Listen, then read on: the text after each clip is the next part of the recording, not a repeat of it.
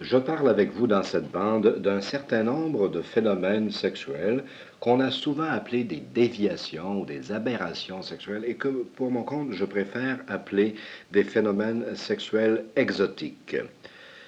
Nous allons parler de sadisme, de masochisme, d'exhibitionnisme, de voyeurisme, de transvestisme, de pédophilie, de bestialité, de fétichisme, d'inceste, d'autres et de quelques autres phénomènes de ce type, en tâchant de comprendre ce que l'on peut comprendre là-dedans et en tâchant également de voir les choses d'une manière réaliste. Bon, pour ce qui concerne le sadisme, ce n'est pas très long à expliquer. Le terme vient, si vous vous rendez compte, là, du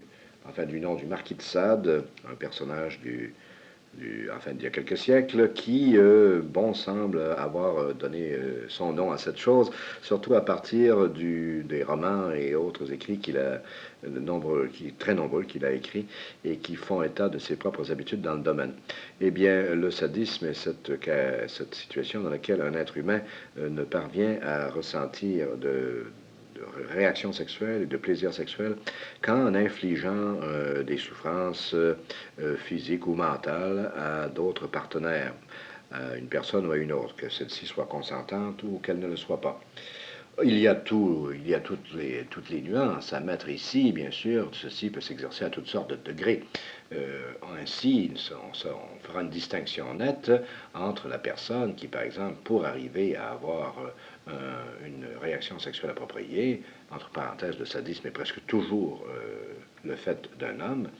eh bien, pour cette personne, donc, qui pour avoir une réaction sexuelle appropriée, en viendra à tuer une partenaire féminine ou à attaquer des gens, des choses comme cela. Voilà quelqu'un qui est en général extrêmement malade, qui est psychosé, au moins au moment où il commet les gestes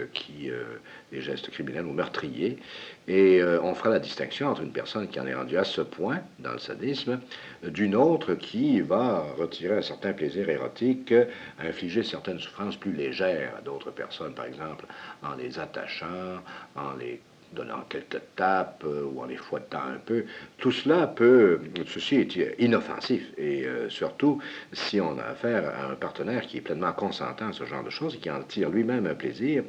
on a affaire à quelque chose qui est beaucoup plus exotique que maladif. On pourra toujours dire, bien écoutez, c'est pas tout à fait normal de faire des choses comme cela, et on se retrouve avec le même problème de normalité dont je parlais sur l'autre face de cette bande.